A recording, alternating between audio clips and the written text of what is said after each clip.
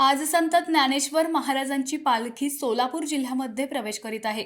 संत ज्ञानेश्वर महाराज आणि संत तुकाराम महाराजांच्या पालख्यांचा शेवटचा मुक्काम हा वाखरी पालखी तळावर असतो. हे पालखी तळ यावर्षी मॉडेल पालखी तळ म्हणून विकसित करण्यात आलं आहे.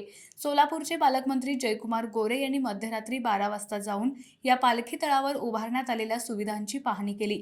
नाही, आपल्या सगळ्यांना माहिती आहे की गेल्या एक महिना दीड महिन्यापासून वारीची तयारी प्रशासन करते, शासनही करते आणि त्या अनुषंगानं आता सगळ्या पालख्यांचं आगमन उद्या सोलापूर जिल्ह्यामध्ये होतं आहे आणि विठुरायाच्या नगरीकडं येणाऱ्या 3-4-5 दिवसात या सगळ्या पालख्या पोचतील.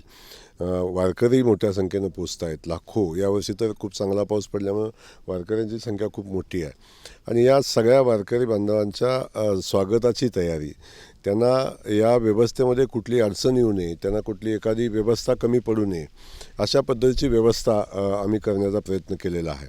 आणि त्या अनुषंगानं आपण बघितलं असेल की सगळ्या सुविधा, म्हणजे आरोग्याची सुविधा असेल, म्हणजे डॉक्टर चेक करतायत, मेडिसिन त्या ठिकाणी मिळते आहे. आज तर आम्ही मुख्यमंत्री वारकरी सेवा केंद्र आपण बघताय, तो खूप लोकप्रिय झालेला विषय आपण या वारकऱ्यांच्यामध्ये बघताय की पुण्यापासून निघाल्यापासून अगदी पंढरपूरपर्यंत वारकरी सेवा केंद्राची कामं चालू असताना बघताय. ज्या ठिकाणी पालखी पोचते त्या ठिकाणी वारकरी सेवा घेताना आपण बघताय. हजारो त्या ठिकाणी वारकरी येत आहेत आणि सेवा घेत आहेत. वारकरी सेवा केंद्रामध्ये डॉक्टरची तपासणी आहे, त्या ठिकाणी आपण बघता औषधं मिळत आहेत, त्या ठिकाणी थकलेल्या भागलेल्या आमच्या वारकरी बांधवांची चरणसेवा त्या ठिकाणी होते. जवळजवळ एका पेंडॉलमध्ये परवा मला सातारच्या शिवोने सांगितलं की 6,000 लोकांनी चरणसेवेचा आनंद घेतला. मग त्यासोबत आपण बघतो की हिरकणी कक्ष त्या ठिकाणी आहे, झोपण्याची सर्वोत्तम व्यवस्था आहे. त्याच पेंडॉलमध्ये कीर्तन भजन कीर्तनाला आपण स्टेज आहे, त्याची व्यवस्था आहे. LED स्क्रीन आता आहे, त्याची व्यवस्था घेत आहे. त्याच्यासोबत आपण बघतो की शौचालयाची सुंदर व्यवस्था त्या ठिकाणी आहे.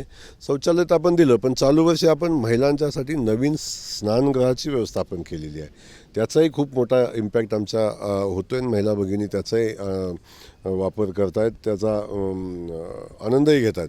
त्यामुळे मला या निमित्ताने एवढंच सांगायचे की जे देणं शक्य आहे त्या सगळ्या सुविधा वारकरी बांधवांसाठी, पालखीमध्ये आलेल्या सगळ्या भक्तांसाठी देण्याचा प्रयत्न माननीय मुख्यमंत्री महोदय आणि महाराष्ट्र सरकार करताना, आमचं प्रशासन करताना दिसतं आहे.